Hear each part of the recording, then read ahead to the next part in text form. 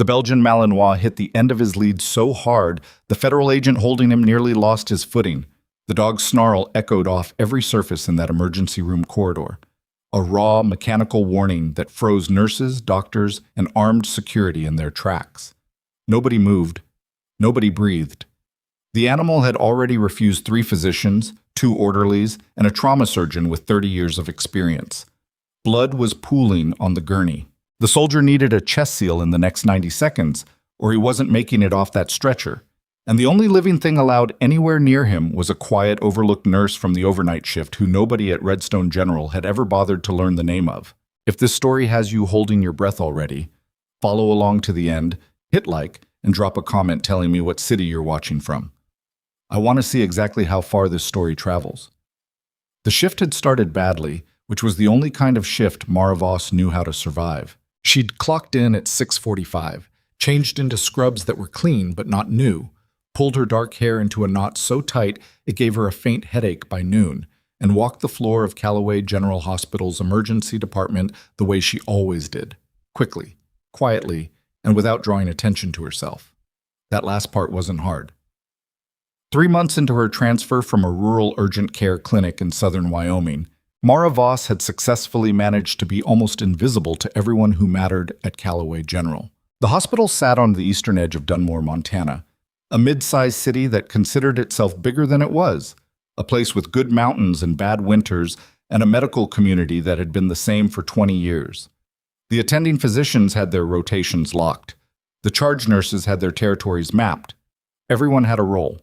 And those roles had been assigned long before Mara walked through the door carrying a single box of personal items and a transfer letter that said she'd come from general outpatient care to Yit Papo Diaptom Achis.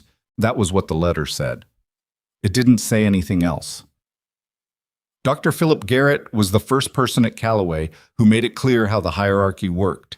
He'd done it on Mara's second day in front of 3 other nurses and a medical student when she'd flagged a patient's deteriorating oxygen saturation and recommended immediate intubation. "I'll decide when we intubate," he'd said, not looking up from his tablet. "You're the nurse. Document the vitals and let the physicians do the medicine." She had. She'd documented them. She'd also quietly set up the intubation tray before he asked for it, because 3 minutes later he'd needed it. He hadn't acknowledged that. He'd never acknowledged it. He was 48, board certified in emergency medicine, and operated with the quiet certainty of a man who had never once been wrong about anything, or at least had never been told so. Charge nurse Denise Farrow was a different animal entirely. She didn't dismiss Mara out of ego. She dismissed her out of bureaucratic habit. To Denise, a nurse who transferred in from rural outpatient care was a nurse who needed retraining, period. She assigned Mara the lowest acuity patients. She signed off on Mara's supply requests last. When Mara raised her hand in a staff meeting to suggest a modification to the triage intake protocol, Denise had smiled the particular smile of someone who was about to explain something obvious to someone they considered slow. "We've been doing it this way for 11 years, Denise said. "It works." The protocol had a 4-minute lag in sepsis screening. Mara knew it. She stopped raising her hand after that. What she did instead was work. She arrived early. She stayed late when the census spiked.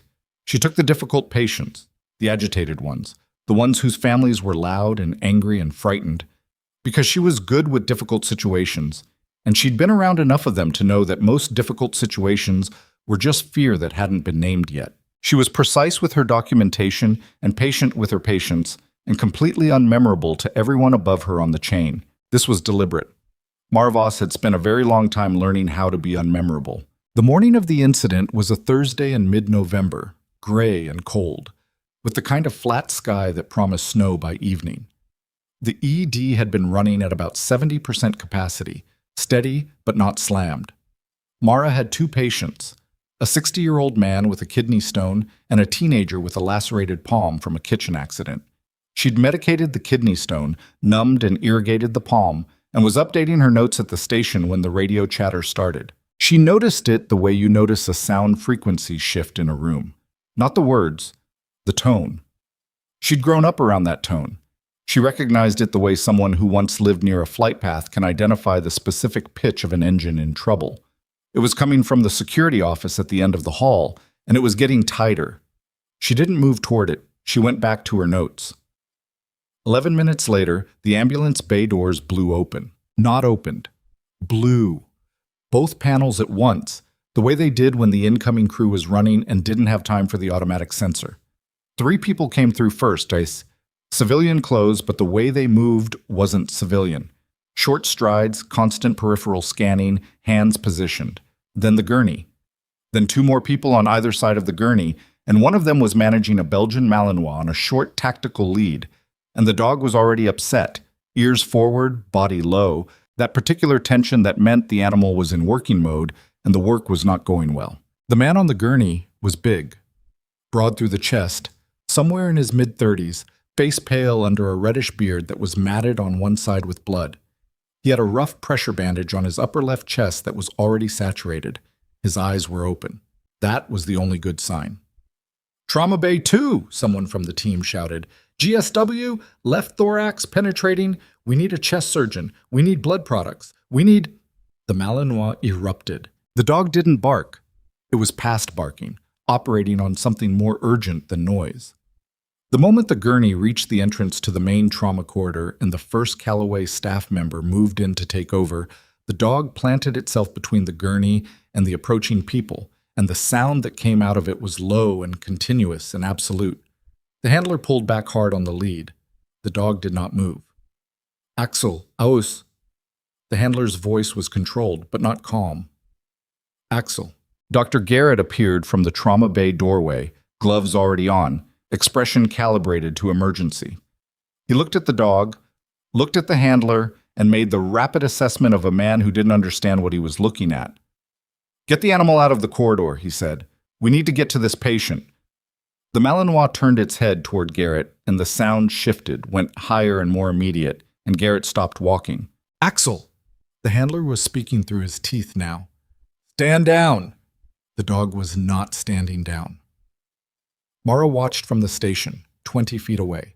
She was watching the dog, not the patient. She knew what she was looking at. She came around the end of the station slowly, not rushing, not announcing herself. She moved the way you moved around a working dog that was in distress.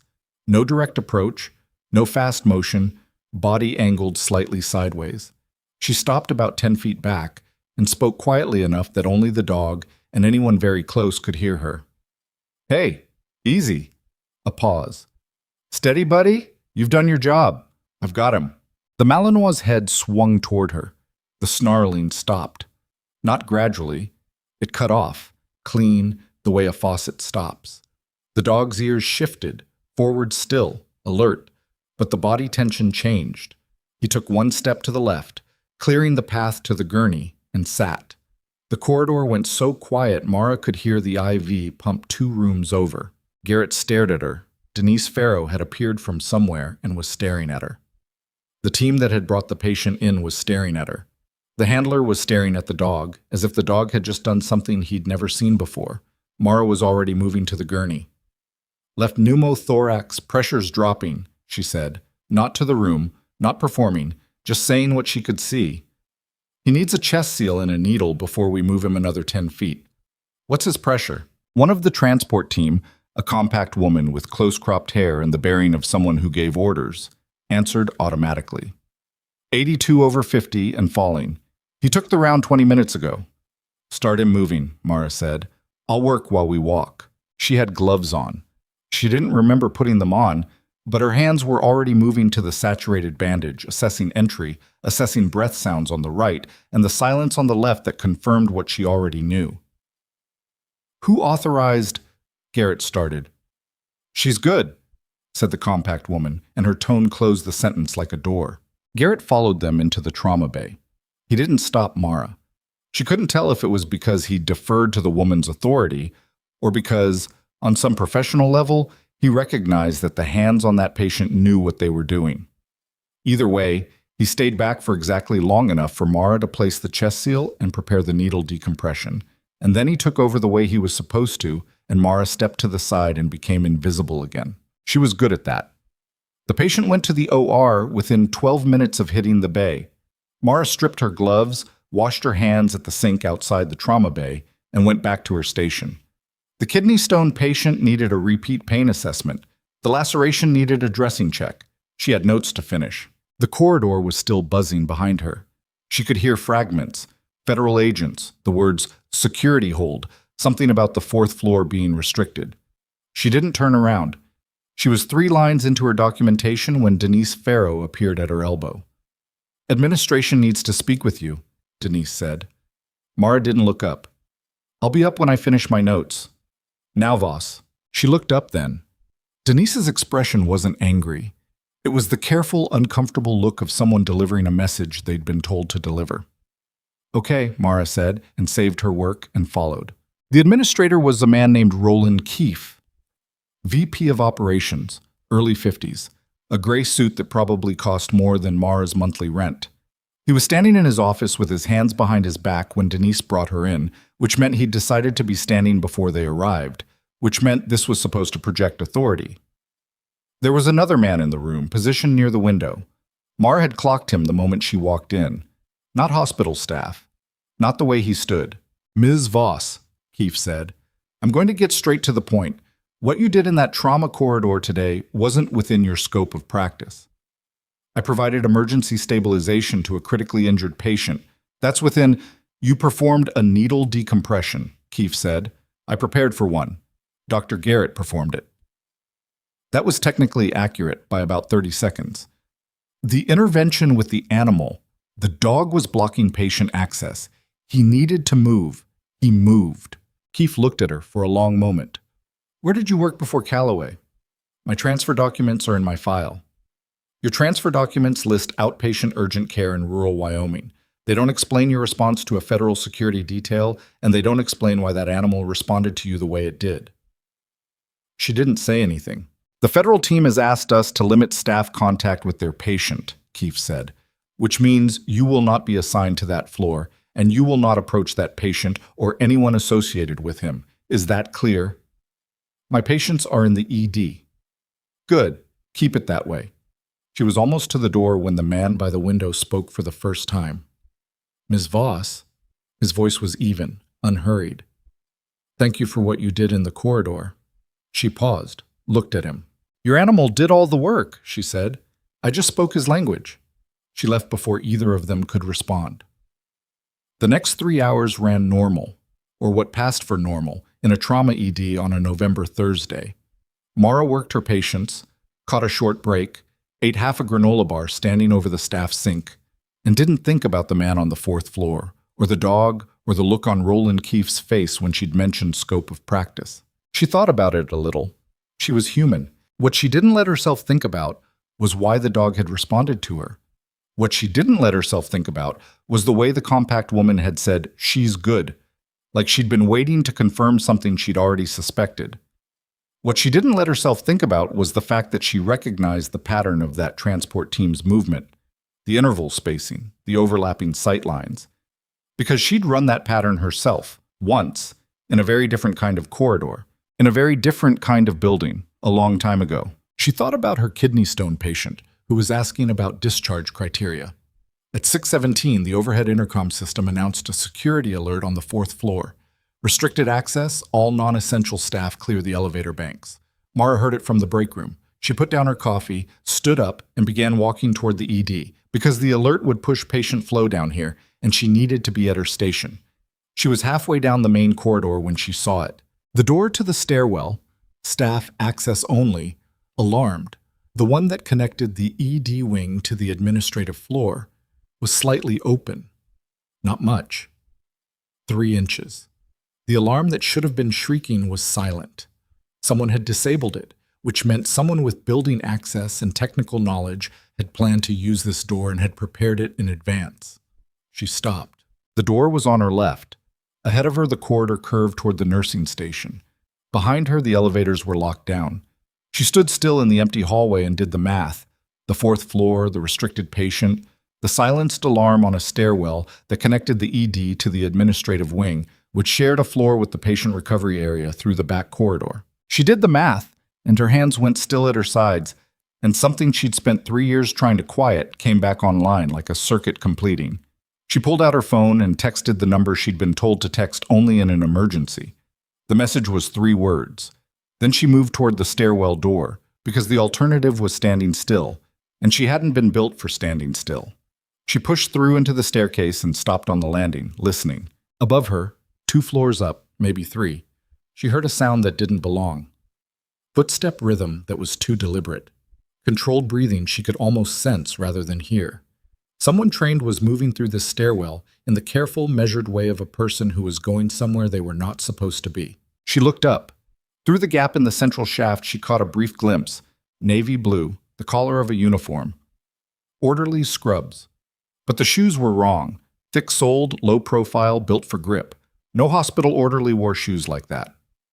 She started up the stairs. She took them 2 at a time, weight on the balls of her feet, one hand trailing the railing without gripping it. Not for balance, for spatial awareness, because if she gripped and the railing vibrated, she'd lose a second of information she might need. Old habit. The kind of habit you didn't learn in a clinic. The figure above her was moving steadily, not rushing. That was the part that told her the most. Rushing meant improvising, and this person wasn't improvising. They had a route, a time, a target. The controlled pace of someone running a rehearsed plan. 2nd floor landing. The door here was closed and undisturbed. 3rd floor. She slowed as she approached the landing, came around the curve of the staircase, low and careful, and saw the door swinging shut on its pneumatic hinge. Whoever it was had just stepped through. 3rd floor was general surgical recovery. It shared a back corridor with the 4th floor isolation wing through a connecting passage that technically required a key card, but which any maintenance worker, or anyone with a stolen key card, could access without going near the guarded elevator bank. She came through the door 4 seconds behind him. The surgical recovery hallway was quiet. Visitor hours were over. A single nurse was at the far station, head down, working. 2 rooms on the left were occupied but curtained. Mara walked the hall at a pace that was fast but not running, scanning doorways, reading the floor. She found him by the shoes. He was in a supply closet doorway, partially turned away, doing something with his hands she couldn't fully see. Navy scrubs, close-cropped hair, build that said he didn't spend much time sitting down. He was a medium height, lean, and he moved with an economy that was instantly recognizable to anyone who'd spent time around people trained to move that way. She stopped 6 feet from him. "Wrong floor," she said. He turned. His face was calm in a way that faces were only calm when someone had prepared to be looked at. His hand came out from behind him empty, but the positioning of his arm said it hadn't been empty a second before. "Supply pickup," he said. "Dr. Linden's orders." "Dr. Linden is orthopedics." "Orthopedics is on 2. A beat. 1 second, maybe less, where his eyes recalibrated. "They moved the stock," he said. "No, they didn't," Mara said. "I pulled from this closet 4 hours ago."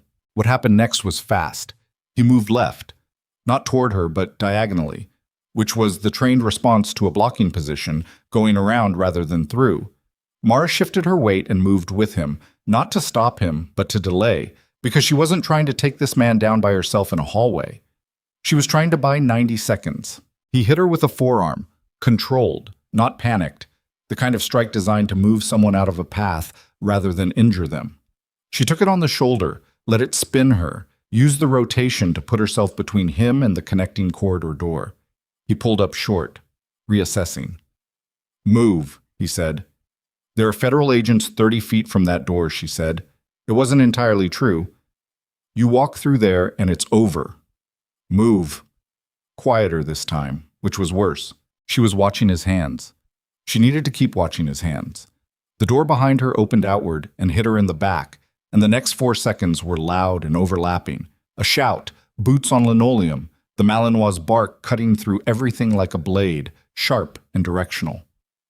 The man in navy scrubs spun toward the sound and made a decision that most people made wrong when a trained dog came through a door at speed. He ran. He made it 6 feet. The Malinois hit the back of his knee, not a bite, a controlled takedown, 70 pounds of focused momentum. And the man went down hard, face first, hands out, and 2 agents were on him before he finished landing. The cuffs went on with a speed that suggested they'd been waiting for exactly this. Mara stepped back against the wall and breathed. The compact woman from the transport team, the one who'd said she's good in the trauma bay, who Mara now understood was not a transport coordinator. came through the door last. She looked at the man on the floor. She looked at Mara. She didn't say anything for a long moment. "You were supposed to stay in the ED," she said. "I know. Keith told you to stay in the ED." "He told me my patients were in the ED," Mara said. "He was right. My patients were in the ED. I took a walk." The woman studied her. The Malinois had returned to the man on the gurney upstairs, or that was Mara's assumption, because the handler had already disappeared with him back through the door. The man on the floor was being hauled to his feet, still face forward, hands secured behind him. He hadn't said anything. "You need to come with me," the compact woman said. "I'm still on shift." "You're done with your shift." It wasn't a request. Her name, as it turned out, was Major Sable Kerwin. She told Mara this in a conference room on the administrative floor, the one with the good chairs and the view of the parking structure. Once the room had been swept and the door was closed, and there were two other people in the room who hadn't introduced themselves. "You sent a message," Kerwan said. "About 40 minutes ago. 3 words." She set a phone on the table. Not Mara's phone, a different one, government issued by the look of it. The screen showed a message chain. "To a number that routes through a relay system that's been inactive for 3 years." Mara folded her hands on the table. "I'd like to know how you have access to that." "Because we're the people who shut the relay down," Kerwin said, "when the unit was decommissioned." The room shifted, not physically, just the air in it. Mara said, "Then you know what unit?" "Army Medical Response Unit, Detachment 4. Classified Field Support, Special Operations Integration, 12 deployments between 2011 and 2019. Kerwan paused. "We have your record, Voss, all of it, including the parts that aren't in any system that a hospital HR department could ever access." "Then you already know everything you're going to ask me." "I know your record," Kerwan said. "I don't know why you're here, in Dunmore, working an ED overnight shift under a transfer from rural urgent care." She leaned forward slightly. "That's what I'm asking." Mara looked at the table. Outside, snow had started. She could see it through the high window, fine and sideways, the kind that stuck. She thought about how to answer a question that had a real answer she didn't particularly want to give. "I was done," she said finally, "with the other thing. I wanted to do the work without the rest of it." "The rest of it being?" "You know what the rest of it being." Kerwin sat back. Something moved in her expression. Not sympathy, exactly. Recognition. "Nolan's team," she said. Mara didn't respond. "You were with them in the Dar Valley, 2019. Still nothing. Still. 3 of the 6 didn't come back," Kerwan said, and her voice was flat, not cruel, just accurate. "You came back. You separated from service 8 weeks later, and you've been placing yourself in smaller and smaller facilities ever since." A pause. "Until apparently someone at Callaway HR got a file that said you worked outpatient." "I did work outpatient," Mara said, "for about 8 months. Before here." "And before that?" She looked at Kirwan. "Before that doesn't affect my ability to do my job." "No," Kerwan said. "It doesn't. We've established that fairly clearly tonight." She picked up the government phone, looked at the screen briefly, set it back down. "The man they just cuffed on 3 is named Decker Pruitt. He's former private contractor, Eastern European Theater, separated under investigation 2 years ago. Someone hired him specifically for tonight." She paused. "Someone inside this hospital told them which stairwell had the disabled alarm, which closet was nearest the connecting corridor, which nursing shift would have the lightest staff presence." Mara felt something go cold in her chest. "You have an inside source." "We had a security breach," Kerwan said. "Past tense, we thought. Turns out the breach is still active." She looked at Mara steadily. "I'm going to ask you something, and I want a straight answer." "Okay." "The access door on the ED corridor, the one with the disabled alarm. You noticed it on your way back from break." "Yes." "You walked past that door a minimum of 6 times today during your shift." 7, Mara said. "The alarm was active all 7 times. So whoever disabled it did it in the last hour, while the security alert was drawing everyone's attention upstairs." Kerwin nodded slowly. "Which means they're still here. The person who set this up, they're still in the building." The quiet that followed was the particular quiet of a room full of people recalculating. Mara thought about Keith, who had put her in a chair and told her to stay in the ED, about Denise Farrow's uncomfortable, careful expression, about Dr. Garrett, who had followed her into the trauma bay and then backed off with suspicious efficiency, about all the ordinary surfaces of this ordinary hospital and what might be sitting just underneath any one of them. "You're going to need staff access logs," she said. "We have them. And you're going to need someone who knows this building's routine well enough to know what's normal and what's been adjusted." She met Kirwan's eyes. "I've been here 3 months. I watch how things run." Kirwan looked at her for a long time. "You should have stayed in the ED." "Yes," Mara agreed. "You're not going back to the ED tonight." "I know." Kirwan stood. The two unintroduced people in the room stood simultaneously. "We need to move. Pruitt's going to lawyer up within the hour, and when that happens, whoever set this up is going to know it went wrong." She picked up the phone. "You said 7 times past that door. Think about the people you passed in that corridor. Who was where? When?" Mara was already building it in her mind. The corridor, the hours, the faces. The kidney stone patient's family who'd been hovering near the station. The supply cart that had been sitting outside room 6 longer than it should have. The new orderly she hadn't seen before today. The one who'd delivered linens to Bay 3 around 4 o'clock and who'd made brief glancing eye contact as she passed. Brief, glancing, deliberate neutrality. She'd filed it and moved on because in a hospital, you passed 100 strangers a day and most of them were exactly what they looked like. But she'd filed it. "There was someone on the floor this afternoon," she said. "Around 4. I need to check the staff roster." "We'll pull it," Kirwan said. She was already moving toward the door, "so stay close." The building outside the conference room felt different now. Same walls, same lights, same linoleum floors worn soft at the center of every hallway, but with the particular wrongness of a place that had been compromised and not yet cleaned. Mara walked 2 steps behind Kirwan and kept her hands loose at her sides and kept thinking about the corridor, the door, the face she'd filed and moved past. Behind her, in the room they just left, her uneaten second half of a granola bar was sitting on the conference table. Somewhere on the 4th floor, above the stairwells and the locked elevator banks and the snow coming sideways against the windows, a man with a chest wound and a red beard was breathing through a tube in a surgical unit, and a Belgian Malinois was sitting outside his door, waiting. The dog hadn't moved since they brought him back upstairs. He was still waiting for the person he'd let through. Down in the administrative corridor, a door opened. Not a stairwell door, an office door, one of the ones along the east hallway that Mara passed every morning on her way to the time clock. It opened 3 inches and went still. Nobody noticed. Not yet. The door on the east hallway held still for 4 seconds, then eased shut without a sound. Mara caught it in her peripheral vision. Not the door itself, but the thin bar of shadow that appeared and disappeared along the baseboard. The kind of thing you noticed if you'd spent time in spaces where noticing things kept you alive, and didn't notice at all if you hadn't. She didn't break stride. She didn't look directly at it. She filed it the way she'd filed the orderly's face that afternoon, dropped it into the part of her mind that cataloged things for later, and kept walking 2 steps behind Kirwan. "East hallway," she said quietly. "3rd door on the left. Someone just pulled it shut from inside." Kirwan didn't turn her head. "How sure?"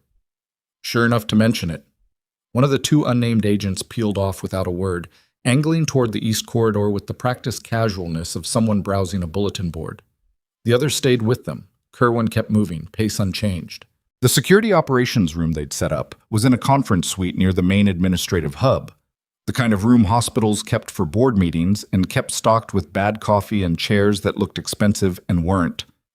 Someone had pushed the mahogany table against one wall and replaced half of it with portable equipment, 2 monitors, a communications panel, a laptop running building schematics. A man Mara hadn't seen before was working the laptop. Young, focused, headset around his neck. "Pruitt's in secondary holding," he said without looking up when they came in. "He's not talking. Asked for a lawyer twice and then stopped talking entirely." A pause. "Also, we have a problem." "Define problem," Kirwan said. "The access log for the stairwell door, the one on the ED corridor. The entry that should show who disabled the alarm." He turned the laptop so they could see the screen. "It's been wiped. Not the whole log, just that entry. 60-second window, surgically removed." Kerwin looked at the screen. Her expression didn't change much, but something behind it did. When? Timestamp on the surrounding entries puts it at sometime between 1740 and 1805. While the security alert had everyone looking at the fourth floor, Mara said. Right. He glanced at her with the brief curiosity of someone who hadn't been briefed on who she was. The wipe was done from inside the hospital network. Whoever did it had admin-level access to the building security system. Kerwin sat down in one of the bad chairs. She sat with the focused stillness of someone thinking through a structure, not resting. So we're looking for someone with admin access, knowledge of the building layout, and a communication channel to Pruitt's employer. She looked at Mara. You're 4 o'clock orderly. Tell me more. Mara thought back. Reconstructed the corridor in her mind the way she'd been trained to. Not impressionistic, sequential. Male. 5'10", maybe 5'11". Medium build, nothing distinctive about the scrubs. He had a linen cart, half stocked. He came from the direction of the service elevator, delivered to Bay 3, and left back the same way. Face? I saw it for about 2 seconds. He wasn't trying to be seen. She paused. He had a badge, but I didn't clock the name. It was angled. That's what I remember. Most people, their badge sits flat. His was tilted, like he'd positioned it. Kerwin looked at the tech. Pull video from the ED service corridor, 1650 to 1710. Already on the 4th floor feeds. I'll have to cue it. Cue it. Mara pulled out the chair next to Kerwin and sat. Her feet hurt. She'd been on them since 6:45, and it was pushing 10 o'clock now, and she was aware of the specific dull ache of a full shift compounded by a stairwell at speed and a forearm to the shoulder that was going to be dark purple by morning. She rolled her neck once and stopped. The patient upstairs, she said. Who is he? Kerwin looked at her sideways.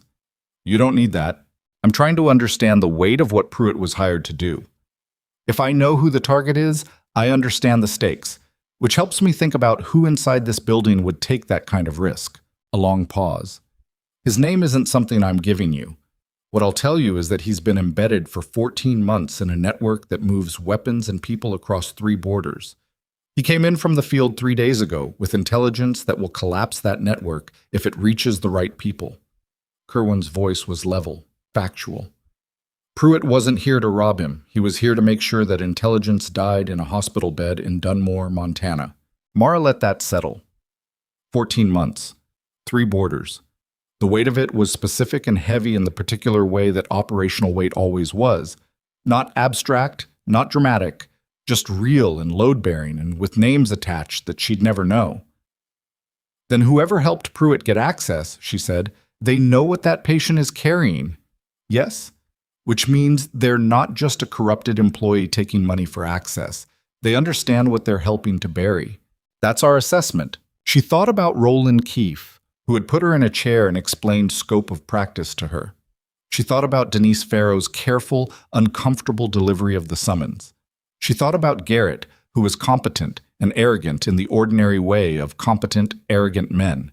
And she tried to lay those ordinary qualities next to the profile of someone who understood cross-border weapons networks and decided to get paid to protect one. It didn't fit cleanly. It didn't not fit either.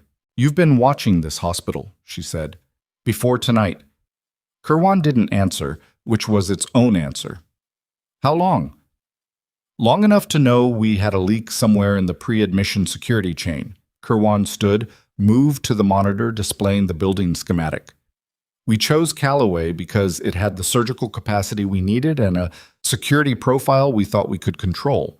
We were wrong about the second part. Someone knew he was coming here before he arrived. Someone knew before we finalized the location. That narrowed it.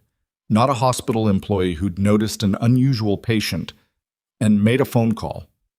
Someone with access to the coordination chain before the ambulance ever left the field site. Which meant either the leak was inside the federal team, Kerwin's people, or it was inside the hospital administration, and the decision to use Callaway hadn't been as internally controlled as Kerwin believed. Mara didn't say this out loud. Kerwin had clearly already thought it, because Kerwin was not a person who failed to think things through. She said it anyway. Your team, Mara said. Is it clean? The silence that followed was long enough to mean something. I'm operating under the assumption that it is, Kerwin said finally, which is a different thing from certainty. The tech's voice cut in from the laptop. Got your 4 o'clock footage. They both moved to the screen. The angle was from the ED service corridor, looking toward the Bay 3 entrance, ceiling mounted, partially obscured by a supply rack, but workable. The timestamp read 1653. The linen cart appeared first, pushed from the left, and then the figure behind it came into frame. Stop, Mara said. The tech froze the image. She leaned in. The badge was there, angled exactly as she remembered. The face was partially turned, not enough to be deliberate at this distance, but enough. She looked at the shoes. Thick-soled, low profile, the same build as what she'd seen on the staircase above her. That's not the same man as Pruitt, she said. No, Kerwin said quietly. Pruitt was the trigger. This one was logistics. She straightened. He's still here. We've locked the building. Nobody in or out since 1830. Then he's somewhere in this building right now, and he knows we have Pruitt, and he knows the window is closed. She looked at Kirwan. What does a logistics person do when the operation fails and they can't exit? Kirwan's jaw tightened.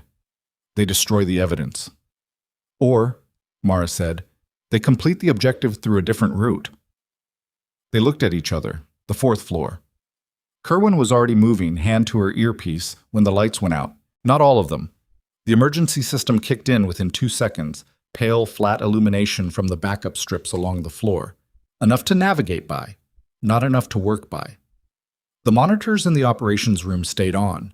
They were running on independent power, but the building schematic on the main screen flickered and partially corrupted, and the tech swore under his breath and started rerouting. Generator's been cut, someone's voice said through Kirwan's earpiece, loud enough that Mara caught fragments. East utility corridor door was forced.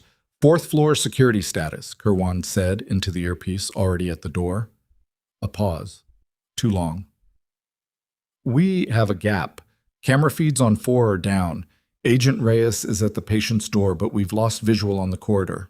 Mara was already in the hallway. She knew this building in the dark better than most of the people currently operating in it, because she'd been working it for 3 months and she paid attention to things other people didn't think about, where the emergency lighting was strongest, where the corridors narrowed, which stairwells had backup lighting, and which had a dead stretch of about 10 feet where you were effectively blind.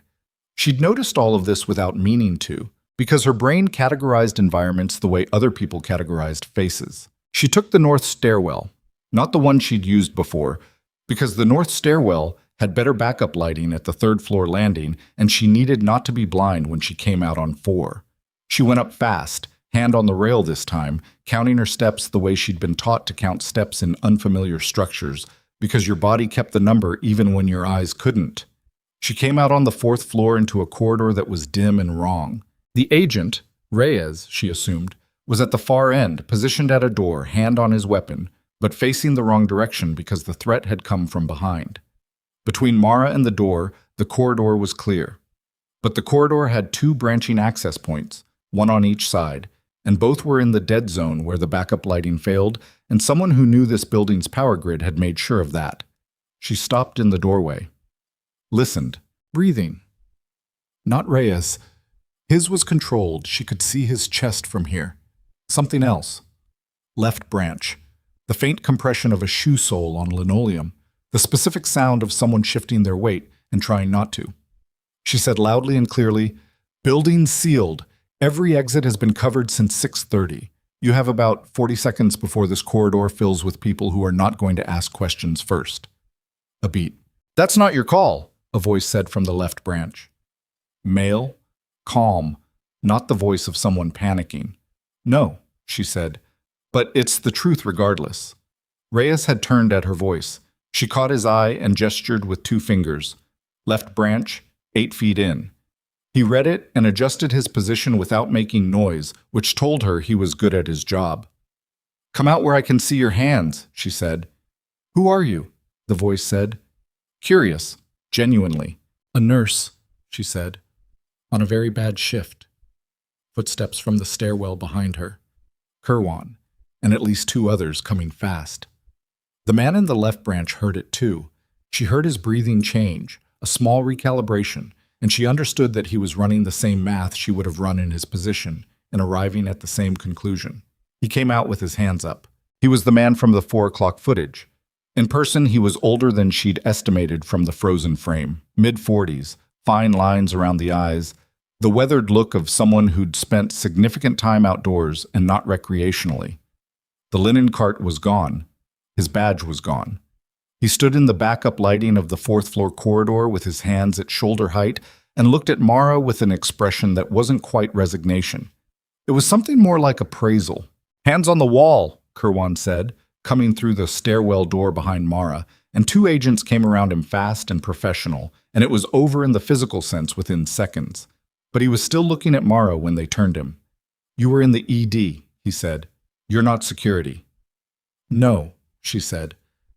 "Then how did you know about the power grid?" "I didn't," she said. "I know the building." He looked at her for one more second, that appraising look recalibrating something. And then the agents moved him down the corridor and the moment closed. The patient was fine. Reyes had held the door through the blackout, and the surgeon on 4 had kept the recovery room stable on emergency power without breaking a sweat. And the Malinois was still outside the door, still sitting, with the focused patience of an animal that understood its job and did not require reassurance about it. Mara stood in the 4th-floor corridor and let her heart rate come down. Kirwan appeared at her shoulder. He had a secondary badge, already cloned to a patient services ID that doesn't exist in the system. He would have had about a 6-minute window after the power cut to reach this floor through the back corridor before our teams repositioned. 6 minutes is enough, Mara said. Yes. Kirwan looked down the corridor where the man had been taken. His name is Garrett Wills. Former military intelligence, separated 4 years ago. Worked private security contracting in Eastern Europe for 2 years after separation. A pause. He's also been employed by Callaway General for 11 months as a facilities systems contractor. Mara turned to look at her. 11 months. He had admin access to the building security system as part of his maintenance contract. That's how the alarm log was wiped. And how Pruitt got a working keycard for the restricted floor. Kirwan's voice was controlled, but there was something underneath it. The specific flatness of anger that had been managed but not resolved. He's been inside this building for nearly a year. Mara thought about that. 11 months of maintenance contracts and unremarkable shifts and admin-level access to every system in the building. 11 months of knowing the floor plans, the staffing patterns, the dead zones and the backup lighting. All of it assembled quietly and patiently, the way you built something when you knew you'd need it later. He didn't do this alone, she said. No, Wills handled logistics and access. Pruitt was the operator. But someone else made the decision. Someone who knew the patient was coming here and had enough authority in the right circles to route that information to whoever hired Wills and Pruitt. She paused. That's not a mid-level hospital contractor. That's someone with reach. Kirwan didn't respond immediately. The corridor was filling now. More agents. A hospital security supervisor looking overwhelmed. Someone from the administrative floor who'd been woken up and hadn't had time to put his jacket on properly. The ordinary chaos of an operation that had gone wrong in multiple directions simultaneously and was now being reassembled. Go home, Voss, Kirwan said. Mara looked at her. You don't know where the top of this is yet. No, we don't. Then, go home, Kirwan said again, and her voice was different this time. Not dismissive, not the way Keefe had said it. Careful. Measured. Get some sleep. We'll need you clear-headed tomorrow. Tomorrow. The word carried weight. Mara pulled her jacket from where she'd left it at the nurse's station, it felt like 6 hours ago, and walked to the elevator, which had been restored to service, and rode it down to the lobby, and walked through the main entrance into the Montana night, where the snow had thickened and the parking lot was overlit by forensic spotlights, and there were 3 federal vehicles angled across the ambulance lane that hadn't been there that morning. She sat in her car for a while before starting it. The heater took 4 minutes to get going, which was a problem with the car she'd been meaning to get looked at for 2 months and hadn't. She watched snow accumulate on the windshield and thought about 11 months in building access and someone with reach and the careful, specific way Kirwan had said tomorrow. We'll need you. Not polite, not reassuring, just factual. She started the car and drove through the snowfall toward the apartment that was 15 minutes from the hospital, the one she'd rented furnished because she hadn't planned to stay long. And when she got there, she unlocked the door and sat on the edge of the bed and looked at her hands for a minute in the dark. They were steady. That was good. They'd been steady the whole time, which meant 3 years of distance hadn't taken that from her, and she felt something about that she didn't have a clean name for. Relief, maybe, or its complicated cousin. Her phone buzzed. Unknown number, but the structure of it matched the relay system Kerwin had mentioned. She answered. "You did good work tonight," Kerwin said. I know. A pause. "That's not false modesty." "No, it's not." Another pause. "Wills is talking, not about the operation, about what he was told about the operation." Kerwin's voice was careful. "He says he was recruited 11 months ago by someone who told him this job was coming. Someone who gave him the contract cover, the admin credentials, the advance timeline." She paused. "He says it was someone inside this hospital. Not facilities. Not security." Mara sat in the dark. "Administration. He won't give a name yet, but he says the person has a corner office and a reserved parking spot." A beat. "He says they shook hands on it in the hospital cafeteria over a cup of coffee 11 months ago. The corner office on the administrative floor. The reserved spot in the east garage, closest to the building entrance. The gray suit that probably cost more than Mara's monthly rent." She said the name before she'd decided to say it. "Keefe." The silence on the other end was exactly 1 second long.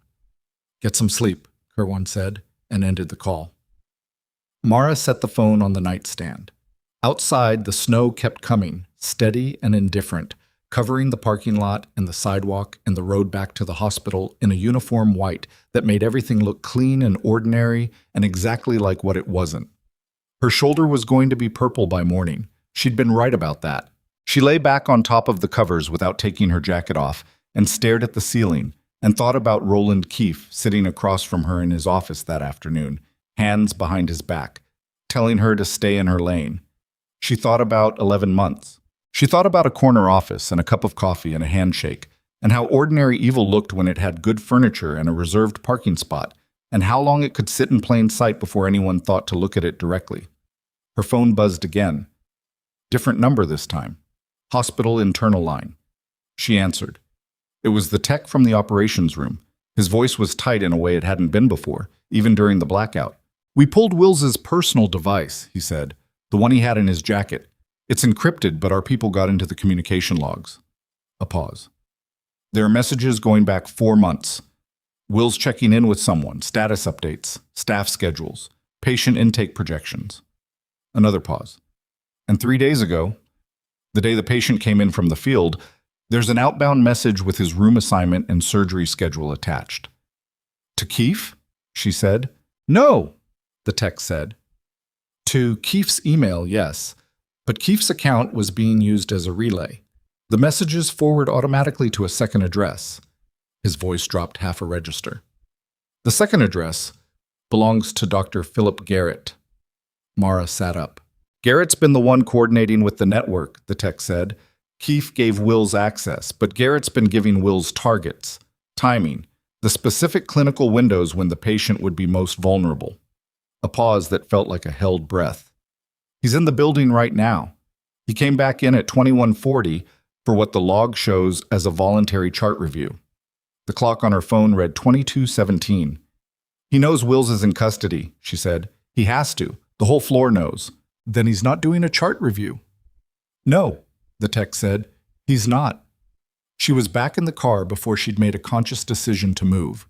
The snow was coming harder now, the kind that cut visibility to 2 car lengths and turned every streetlight into a smeared halo, and she drove through it with both hands on the wheel and her mind already inside the building she'd just left. Garrett. Philip Garrett, who had 30 years of credentials and a department head title and a name on 3 research papers in the hospital lobby display case. Philip Garrett, who had looked at her on her second day and told her to document vitals and let the physicians do the medicine. Who had followed her into the trauma bay tonight and then stepped back with what she'd read as professional deference, but which was, she now understood, something else entirely. A man watching to see how close she was going to get to the patient he'd been paid to help kill. She called Kirwan. It went to voicemail. She called the operations room number the tech had used. 4 rings, then the tech picked up. "Where is he?" she said. "Still showing his badge in the building. Last scan was the 3rd floor staff corridor, 2212. 3rd floor. Surgical recovery. The same floor where Wills had been taken down 2 hours ago. He's looking for something Wills left behind," she said. "Wills was in that closet doing something with his hands when I found him. I assumed he was staging for access to the connecting corridor, but what if he was also dropping something, leaving a package?" A pause on the line. "We cleared that closet." "How thoroughly?" A longer pause. "Get someone to that closet," she said, "right now and find Kerwin." She pulled into the hospital parking lot at 2224. The federal vehicles were still angled across the ambulance lane. 2 agents she recognized from earlier were posted at the main entrance. One of them stepped forward as she came through the snow, and she said, "Kerwan sent for me," without breaking stride, which was a lie delivered with enough certainty that he let her through, and she felt briefly bad about it, and then didn't. Because the lobby was empty, and the elevator bank was right there, and Garrett was on the 3rd floor doing something she didn't have a name for yet. She took the stairs. She was getting tired of stairs, but the elevator announced itself with a bell, and right now she didn't want to announce herself with anything. 3rd floor landing. She came through the door slowly and held it on its pneumatic hinge so it didn't sweep shut and echo. The backup lighting was still active. They hadn't fully restored the building systems, which meant the corridor was lit in that flat institutional emergency glow that flattened shadows and made distances hard to judge. The supply closet was 30 feet to her right. Garrett was standing in front of it. He wasn't inside it. He was standing outside with his back to her, and he had the door partially open, and his right hand was in the gap between the door and the frame, doing something she couldn't see. He was wearing his white coat, which meant he'd come back in clinical disguise. The most effective disguise in a hospital, the one that made everyone look past you because you were supposed to be there. Because the white coat was its own permission slip in every corridor of every medical institution she'd ever worked in. She walked toward him without announcing herself because she wanted to see what he was doing before he knew she was there. She got to 12 feet before he heard her. The coat shifted as his body weight changed. He turned. He looked at her for a moment that lasted longer than it should have. "Voss," he said. His voice was level, professional. The voice he used when he was explaining something to someone he considered below him. "Dr. Garrett," she said. "You're not on shift. Neither are you." He pulled his hand back from the closet door. She couldn't see what he'd taken or left, but his right hand was now at his side and his fingers were closed. "Chart review," he said. "I had 3 patients admitted through the ED this week. I like to check in. At 10:30 at night. Medicine doesn't run on a schedule." She stopped at 8 feet, close enough to see his eyes, far enough that she had options if things changed. "What's in your hand?" He looked down at his closed fist, back up at her. Something moved in his face.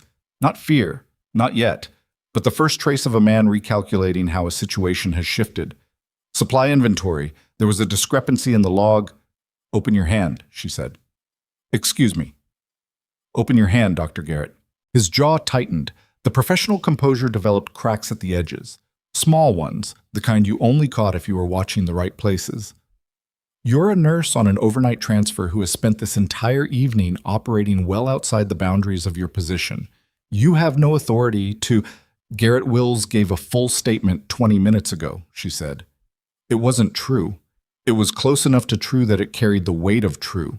The cracks widened. "He named you," she said. "The communication logs on his personal device back it up. 4 months of messages. 3 days ago, you sent him the room assignment and the surgical schedule." She held his gaze.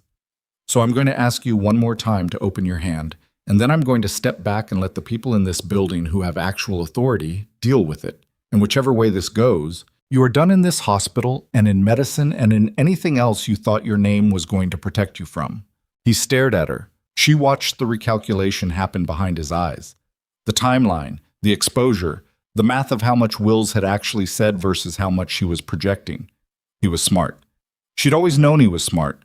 Smart people ran scenarios fast and accurately and usually landed on the right answer. He opened his hand. In his palm was a USB drive. Small, black, the kind that looked like 100 other drives in 100 other offices. But the casing had a secondary port on the end she didn't recognize. Not standard issue, something modified. "That's not a supply inventory," she said. He closed his fist again. The recalculation finished.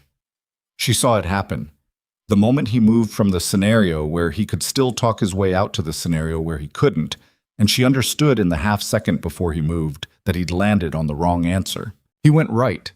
She was expecting left, the way trained people went, and for one beat she adjusted wrong, and he got past her shoulder and hit the corridor at a run.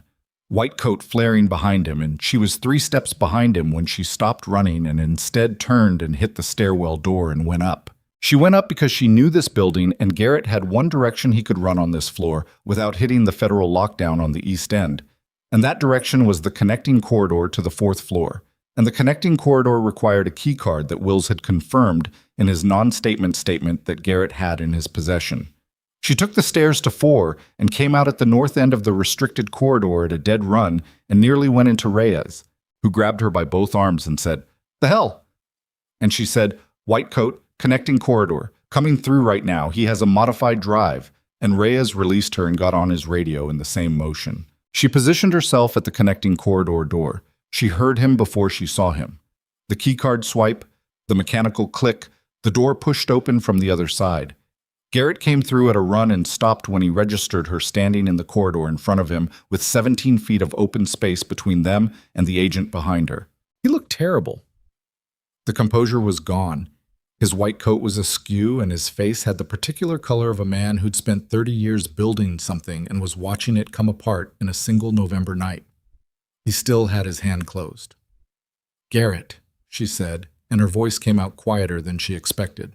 Not hard, just tired and straight. "It's done. You know it's done." He looked at her. His breathing was audible. "You don't know what you've... This isn't... There are things at stake here that you don't have clearance to understand. You sold a man's location to people who wanted him dead," she said. "That's what I understand. The rest of it is for the people behind me." Reyes moved past her shoulder.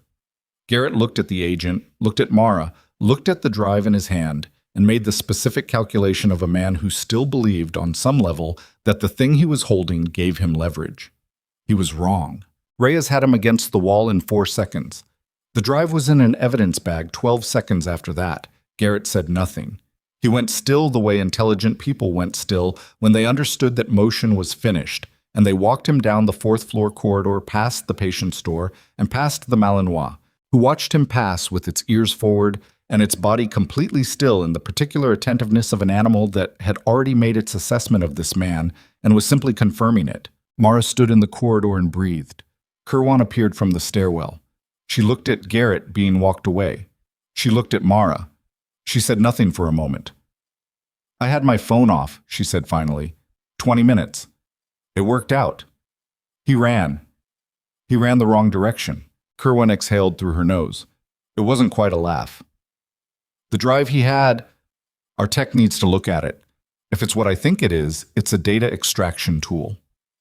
He was going to pull the patient's intake file, the surgical notes, anything the hospital system had on him, name, physical description, operative photographs, biometric data, and transmit it before we could shut the network down." She looked at the evidence bag in the passing agent's hand. "That's the 3rd failsafe. Pruitt for the primary, Wills as logistics and exit. Garrett, to make sure that even if the first 2 failed, the intelligence died in the data. 3 layers." Mara thought about that. The time and money and patience it took to build 3 independent failsafes inside a single hospital. The 11 months, the cultivated relationships, and the modified equipment, and the meticulous timing. "This wasn't improvised," she said. "No." "Keefe?" she said. "Keefe is in a federal vehicle in the east lot. He's been talking for 40 minutes. Kirwan's voice was flat. "He was the introduction. He brought Wills in through the contractor system, gave him admin credentials, gave him cover. I don't think Keefe fully understood what he was involved in when it started. By the time he did, he was too far in to see a way out." "How much did he know tonight?" "He knew enough to put you in a chair and tell you to stay in the ED." Kirwan looked at her steadily. "Which, for what it's worth, you should have done." "I know. You keep saying that. It keeps being true." Kerwin almost smiled. Not quite. Go home, Voss. For real this time. What about... We have the drive, we have Garrett, we have Wills and Pruitt in holding, and we have Keefe talking himself into a smaller cell with every sentence he says. The building is locked down, and the patient is stable, and the surgical team has everything they need. She met Mara's eyes. You've done more than enough for one night. Mara looked down the corridor toward the patient's door one more time. The Malinois was still there, still sitting. The handler was nearby now, crouched beside the dog, murmuring something she couldn't hear. The dog's ear flicked toward her, just the one, just briefly, and then returned to its forward position. She walked back to the stairwell. This time she didn't hurry.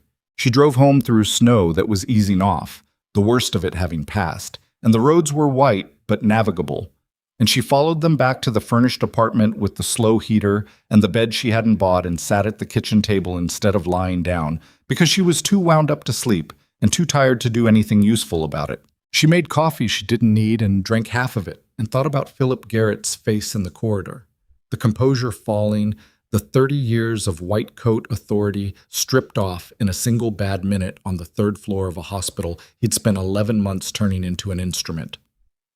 She thought about what he'd said. Things at stake that you don't have clearance to understand. She understood the network that Garrett had worked for. Not its specific architecture, but its logic. The logic of organizations that moved weapons and people across borders and needed, above everything else, the absence of witnesses. The intelligence that man on the fourth floor was carrying was a thread. Pull it right, and the whole structure came apart.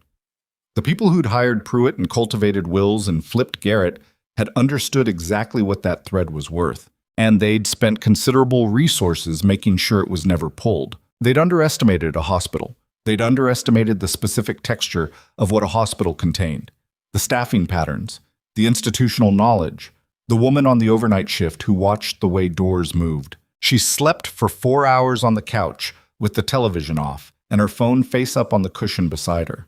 When she woke, it was still dark and the coffee was cold, and her shoulder had gone from aching to specifically, indignantly painful in the way of bruises that had decided to declare themselves overnight. She was pressing carefully along the contusion's edge, dark purple, as predicted, roughly the size of a fist, when her phone buzzed. Kerwin. 5:47 a.m. We need you back here, Kerwin said. What happened? Nothing happened. We have a situation that requires your presence. A pause. The patient's awake. She dressed in 4 minutes and was in the car in 5. The snow had stopped and the streets were pale and silent in the way of very early morning after a weather event, before anyone had gotten out to move through it yet. She drove toward the hospital through the quiet and thought about what it meant that a man who'd survived a penetrating chest wound and a night of attempted assassination wanted to see a nurse he'd never been conscious enough to meet. The fourth floor was transformed from the night before. The corridor that had been dim and operationally fraught for the last 12 hours was now properly lit, and the forensic activity had given way to a quieter, more intentional presence. Fewer people, better positioned, the specific stillness of a situation that had moved from crisis to controlled. The Malinois was lying down outside the patient's door, which meant his handler had gotten some sleep and the dog had relaxed his operational posture, and that small detail told her more about the current state of threat than anything anyone could have briefed her on. Kerwin was in the corridor. Beside her was a man Mara hadn't seen before, tall, late 50s, a civilian jacket over what was clearly a military bearing that civilian clothes had never quite managed to cover, the kind of man who stood like he was about to be photographed for something official. Voss, Kerwin said. This is Colonel Harlan Briggs. He arrived an hour ago. Briggs looked at her with an assessment that was direct and unhurried and didn't pretend to be anything other than what it was. She'd been looked at that way before, by men in similar positions, in similar corridors, and she knew how to stand in it. Major Kerwin tells me you were with Detachment 4, he said. I was. Under Lieutenant Sorrell. Yes. He nodded slowly, like she'd confirmed something. I knew Sorrell. Good officer. A pause with weight in it. I'm sorry about the Dara Valley. She didn't say anything. There wasn't anything to say to that fit in a hospital corridor at 6 a.m, so she said nothing, and Briggs seemed to understand that. The patient asked for you by description, Briggs said. He was told a nurse with dark hair intervened during his intake. He paused briefly. He said he remembers her voice from the trauma bay. Mara thought about that. The man on the gurney had been conscious, barely, eyes open, blood pressure crashing. And she'd been working and talking through what she was doing the way she always did, not for the patient's benefit, just because narrating her own process was how she kept her hands and her mind synchronized under pressure. She hadn't been speaking to him. He'd heard anyway. "He wants to thank you," Kerwin said. "He doesn't need to thank me." "I know, he's going to anyway." She went in. The room was a standard surgical recovery setup, but someone had added equipment that wasn't standard: a secondary monitoring panel, an additional IV line, the kind of redundancy that meant someone very specific had signed off on this patient's care requirements. He was propped at 30 degrees, which was appropriate for a thoracic recovery, and the chest tube had been removed based on the dressing she could see, which meant his lung had re-expanded ahead of the projected timeline.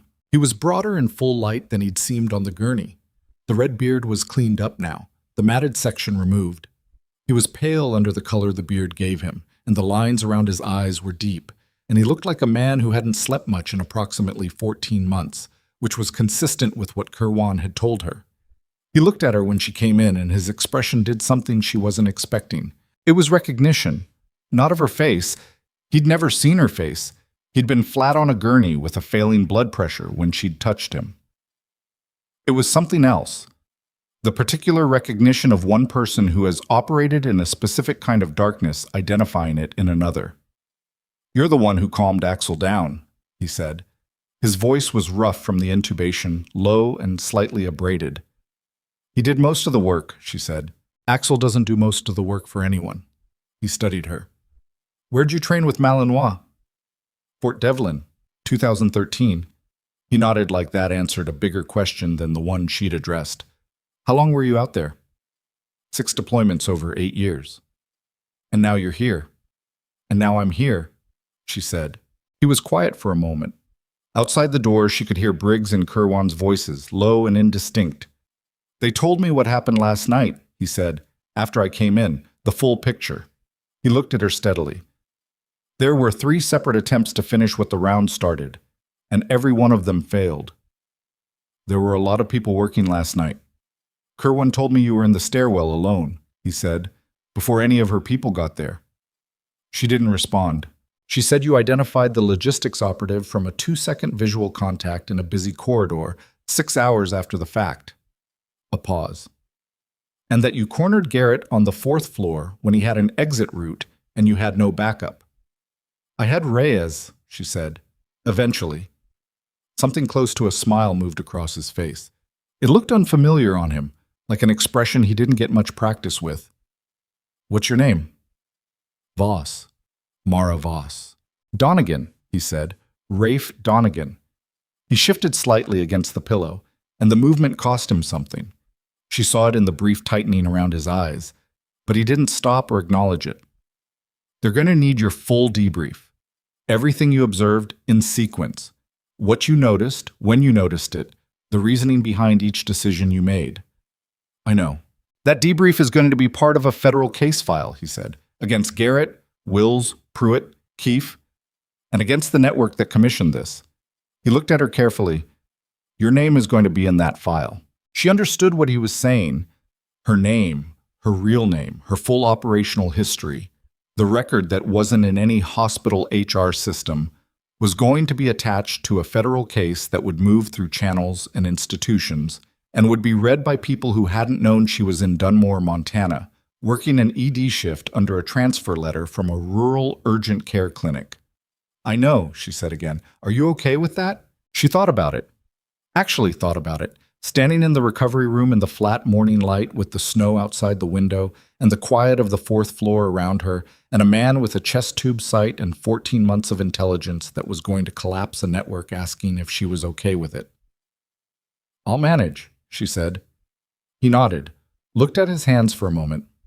"The Dara Valley," he said. She went still. "I wasn't there," he said, "but I knew the mission, after. I was read into the after." He looked at her. "Sorrel made the right calls, all of them. The outcome wasn't his fault and it wasn't yours." She had been told this before. by her separation counselor, by the commanding officer who'd accepted her discharge paperwork, by the Army therapist she'd seen 4 times before deciding she'd rather be useful than processed. She'd been told it enough times that she knew, intellectually, the architecture of what it meant. It was different somehow from a man who'd been read into the after, who knew the mission, who said it plainly without the softening edges that professional debriefers put on it. She didn't say anything. He didn't push it. He settled back against the pillow and let the silence be what it was. Not uncomfortable, just full. "Get some rest," she said finally. "Your lung re-expanded faster than projected. That's good, but your body used significant resources overnight and the surgical repair needs time. You're giving me discharge instructions. I'm giving you clinical context. You're giving me discharge instructions," he said again, and this time there was something in it that wasn't quite humor, but lived in the same neighborhood. She left the room. Briggs and Kirwan looked at her when she came out. "Well," Briggs said, "he needs rest in a low-stimulation environment for the next 6 hours, and whoever is doing his post-op checks needs to watch his respiratory rate and oxygen saturation closely because thoracic repairs in high-activity individuals sometimes have delayed complications." Briggs stared at her. Kirwan made the almost smile again. "I meant," Briggs started. "I know what you meant," Mara said. "He's okay. He's going to be okay." She looked at Kirwan. "You said you needed me here. I'm here. What do you actually need?" Kirwan's almost smile faded into something more specific, more serious. She looked at Briggs, a brief exchange that communicated something Mara wasn't yet in the room for, and then she looked back. "The drive Garrett was carrying," Kirwan said. "Our tech has been working it since 3 a.m. And? It's not just an extraction tool." Kirwan's voice was even. "There's existing data on it. Files that were pulled from the hospital system sometime in the last 72 hours. Patient data, yes. Donegan's intake, surgical notes. But also," she paused, "personnel files, specifically files for ED staff, specifically flagged files." Mara's chest did something.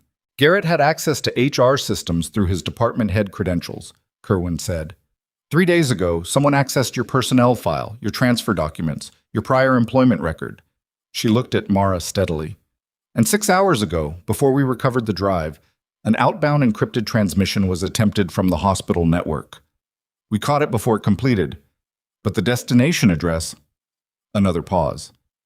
"It's an address we recognize. It's associated with the same network that commissioned the operation against Donegan. The snow outside the 4th floor window was pale and still in the early morning light. "They were looking at me," Mara said. "They were looking at you." "Because I got to Donegan first, because the dog responded to me." She thought through it. "Someone in the network flagged me as an anomaly." "Yes," Kirwan said. "And whatever Garrett found in your file, whatever's in your actual record, the one that isn't in the transfer documents, he transmitted enough of it before we got the drive that the network has at least a partial picture of who you are." She held Mara's gaze. "Which means they know you're not just a nurse." The corridor was quiet. The Malinois lifted its head from where it lay outside Donegan's door, looked at Mara for a moment, then put its head back down. "How partial?" Mara said. Kirwan opened her mouth to answer. Her earpiece crackled. She held up one finger, listened. Her expression changed in a way that Mara had not seen it change before. Not the controlled recalibration of an operational setback, but something faster and more personal. "Say again," Kirwan said into the earpiece. Mara watched her face. "When?" Kirwan said. And then, "Which vehicle?" She pulled the earpiece out. She looked at Briggs. Briggs, who had been watching Kirwan's face, already had his phone in his hand. "Keefe," Kirwan said. "The federal vehicle he was in the east lot." She looked at Mara. "Someone came through the lot fence 12 minutes ago. The agents on exterior posted there were diverted by a fire alarm trigger on the north side. False alarm, pulled manually." She stopped. "Keefe is gone." The east lot had 6 camera positions, and Keefe had walked out of all of them. Not walked, been walked. That was the distinction Kirwan made in the first 30 seconds. Standing in the 4th floor corridor with her phone already up and 2 agents moving toward the stairwell behind her. The vehicle's exterior handle had been opened from outside, which meant someone had a key or a tool, and the agents who should have been posted on the north perimeter had been pulled by a manually triggered alarm, which meant the extraction had been planned and coordinated and was not the work of a frightened administrator improvising an escape. Keefe had help. Keefe had always had help, and the help was still operational. "They're not done," Mara said. "No." Kirwan was already moving. "Briggs, 4th floor lockdown, nobody moves Donegan until I clear it personally. Reyes stays on that door." She looked at Mara. "You—" "I know," Mara said. "Stay here." "I was going to say come with me." That stopped her for a beat. "You know this building," Kirwan said, "and right now that's worth more than another badge." She was already at the stairwell doors. "Move!" They went down fast. Kirwan on the radio the entire descent, pulling information in fragments that she processed and redistributed without breaking stride. The fire alarm had been triggered from a pull station on the north exterior wall. Manual, physical. Someone had been outside the building and reached the station through a service gate that should have been locked. The gate lock had been cut. The cut was clean, which meant tools, which meant this had been staged before the building lockdown, which meant someone had anticipated the possibility of Keefe's arrest and prepared a contingency before the operation even started. 4 layers, Mara thought, not 3. There had always been 4. The lobby was controlled chaos. The fire alarm had cleared non-essential personnel from the building's lower floors as a side effect, and hospital staff were clustered in the main entrance area looking confused and cold and underbriefed. 2 of Kirwan's agents were working the crowd, checking faces, moving with the particular efficiency of people looking for one specific thing in a sea of ordinary things. Kirwan pulled up short at the lobby security desk. The overnight security supervisor, a heavy-set man named Trout, according to his badge, who had the look of someone who'd had a genuinely catastrophic shift, was pulling up camera feeds on the desk monitor. "East lot, 2240 to now," Kirwan said. Trout pulled it. The feed was grainy in the pre-dawn dark but functional, the lot lights throwing orange sodium pools across the snow.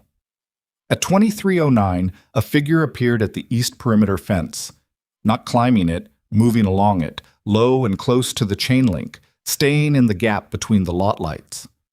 At 2311, the figure reached the federal vehicle. At 2312, the door opened.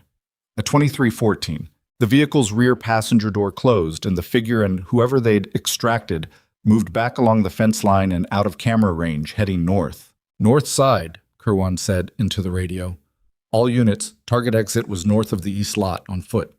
They had 4 minutes before anyone would have noticed the vehicle. "They're long gone," Mara said quietly. "On foot in a snowstorm at midnight, yes." Kirwan's jaw was set. They needed a vehicle. There's a staging point somewhere nearby. How nearby does it need to be? 4 minutes on foot in snow. Mara looked at the lobby map on the wall behind the security desk, the kind hospitals posted for visitors, showing the campus layout. She studied it. North of the east lot puts you on Caldwell Street, 1 block to the intersection at Merritt. If they had a vehicle staged at Merritt, they were in it in under 6 minutes. She paused. "But Merritt has a traffic camera, city-operated. It's not hospital infrastructure." Kirwan looked at her, then at Trout. "Can you get city traffic feeds?" "I can call the traffic authority." "Call them," Kirwan said. "Right now. Merritt and Caldwell, 2310 to 2320? Trout reached for the phone. Kirwan moved away from the desk, working her own phone, and Mara stayed where she was and looked at the campus map and thought about 4 layers and a network that had prepared contingencies for its contingencies. She thought about Garrett's drive, the outbound transmission that had been interrupted before it completed. Partial, Kirwan had said. The network had a partial picture of who she was. Partial was not nothing. She thought about that while Trout waited for the traffic authority to pick up. And she thought about it while Kirwan conducted 3 simultaneous conversations on her phone. And she thought about what a network that moved weapons and people across borders did when an operation failed and they had a partial file on the person who'd disrupted it. They didn't let it go. That was the answer. Organizations like this didn't absorb losses and move on. They documented them. They planned for recovery. They were patient in the way that well-resourced, well-structured organizations were patient, not emotional about setbacks, just methodical about addressing them. She was a loose end. She hadn't been one yesterday morning. She was one now. Trout looked up from the phone. Traffic Authority has the feed. They're pulling it now. They want to patch it through to... Patch it here, Kirwan said, appearing at Mara's shoulder. The desk monitor split. On the left, the hospital East Lot feed. On the right, grainy city traffic camera footage from the Merritt-Caldwell intersection, timestamp 2311. They watched in silence. At 2316, a dark SUV, Mara's eye went to the plates, but the angle was wrong, too steep to read, pulled through the intersection heading west. It had been sitting at the curb on Merritt. It sat for 6 minutes, and then it moved. Plates, Kirwan said. Angle's bad, Trout said. I can try to enhance. Don't bother. Get me the make and model, and we'll run it through vehicle registration in a 3-mile radius. Kirwan was already dictating to someone on the phone. She was working 4 things simultaneously and doing all 4 without error, and Mara watched this with the professional appreciation of someone who understood what that kind of operational bandwidth actually cost. The next 40 minutes were organized, rapid, and deeply unglamorous. Mara sat in a chair near the security desk while Kirwan's people worked through vehicle databases and city camera networks and cell tower pings, building the picture piece by piece the way investigations actually worked. Not sudden revelation, but accumulated granularity, each data point narrowing the field until the field was small enough to act on. At 023, they had a vehicle match. Dark blue Chevrolet Tahoe, registered to a shell company with a Billings address. The shell company had been incorporated 14 months ago. 14 months. The number sat in Mara's chest like something with edges. At 041, a city camera on the westbound highway interchange caught the Tahoe's plates. It was heading toward the state highway junction, which opened to 3 directions and 60 miles of low-density terrain. They'll switch vehicles, Kirwan said. She said it flatly, not with frustration, just acknowledgement of the operational reality. They've been planning this since before Wills set foot in this building, Mara said. They have a vehicle staged somewhere on that highway, probably more than one. Yes. Kirwan looked at the monitor. We'll get Keefe back. It'll take longer than I'd like. She pulled up a chair and sat in it, and for the first time since Mara had encountered her in the ambulance bay, she looked like someone who'd been awake for a very long time. Not defeated, just running on reserves and aware of it. The drive is what matters. Everything on that drive is intact. The transmission was interrupted before completion, which means the network's partial file on you is partial enough that they can't confirm your operational history. She looked at Mara. That's the thing that matters most right now. For you specifically. They'll fill it in, Mara said. Eventually, maybe, but eventually is not tonight. Kirwan rubbed the back of her neck. Tonight we have Garrett in federal custody and Wills and Pruitt in holding and an intact drive full of evidence and a patient who is alive and stable on the 4th floor. She paused. That's a good night, all things considered. Mara thought about Keefe in a dark SUV somewhere on a snow-covered Montana highway. It's not finished. No. It's not finished, Kirwan stood. But the part you're in is finished, for now. She meant it as a kind of release. Mara understood that. She also understood that Kirwan was right in the operational sense. The immediate crisis had walls around it now, even if Keefe was outside those walls. And Mara's role in the acute phase was over. It didn't feel over. That was the human problem with operational work. Your nervous system didn't receive the same memo your briefing officer sent. She went home at 1 in the morning and slept for 5 hours this time, properly, on the bed, and woke to pale winter light coming through the curtains and the specific disorientation of a person who'd moved very fast for a long time and had suddenly stopped. Her phone had 4 missed calls, 2 from Kirwan, 1 from a number she didn't recognize, 1 from the Callaway General HR line, which was unusual enough that she looked at it twice. She called Kirwan first. Garrett's attorney made a bail argument at 6 a.m., Kirwan said. The judge denied it. He's staying in federal custody pending arraignment. A pause. He also made a statement this morning. His attorney advised against it, and he made one anyway. What did he say? He said the network approached him 4 years ago, that he'd been providing patient intake information on high-value individuals for 3 years before Wills ever set foot in the building, that he thought of it as, and I'm quoting, intelligence consulting. Kirwan's voice was so dry it was almost without temperature. He also said that Mara Voss was flagged by the network 18 months ago as a potential security concern before she ever transferred to Callaway. Mara sat with that. 18 months ago, I was in Wyoming. Yes, and someone in the network was already watching employment records in medical facilities in the region. A pause. We don't know why. We're working on why. They were looking for people like me, Mara said, former operators in civilian medical positions, mapping potential disruption risks. That's our current assessment, Kerwin's voice was careful, which means this wasn't random. Garrett didn't pull your file because he was curious. He pulled it because someone told him to watch for you specifically. Another pause. We're going to need that full debrief today, Voss. All of it. Everything from yesterday's shift forward, written and verbal.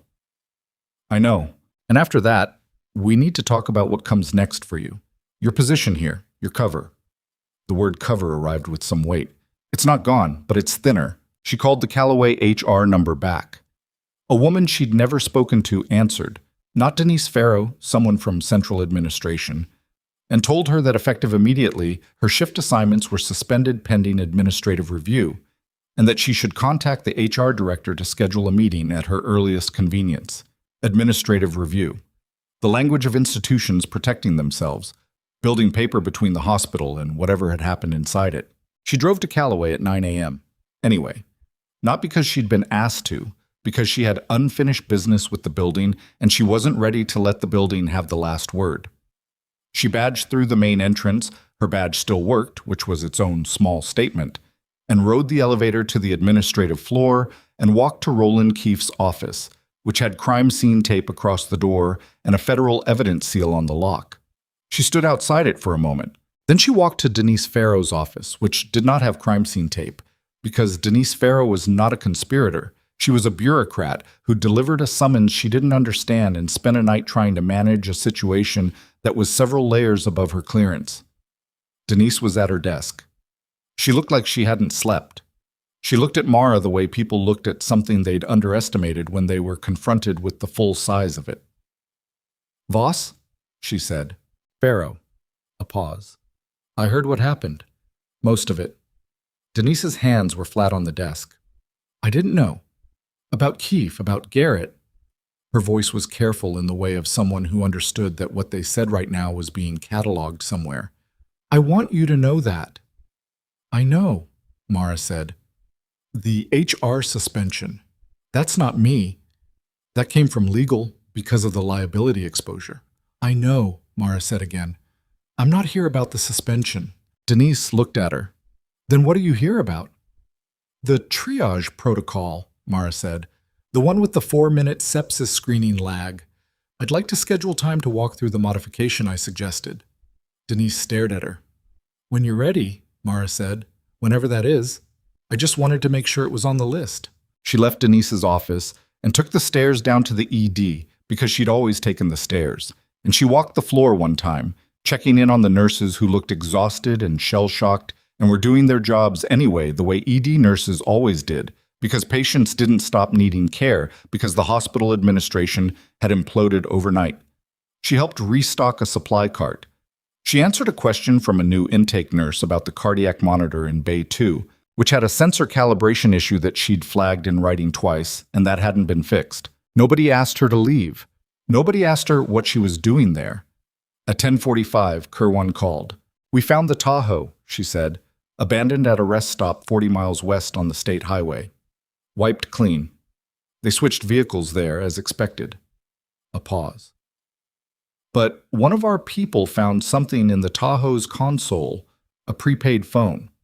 Either they missed it, or they left it deliberately. Another pause. Longer. It has one outbound message on it, sent at 23:51 last night. To who? To a number that traces to a relay server in Eastern Europe. Same network architecture as the address Garrett was transmitting to. Kerwin's voice shifted slightly. The message is 3 lines. First line is a status update. Operation compromised. Assets in custody. Extraction complete. Second line is a handover instruction to a secondary cell. A pause. Third line is a name. Mara waited. Your name, Kerwin said. Full name. Former unit designation. Current location. A pause.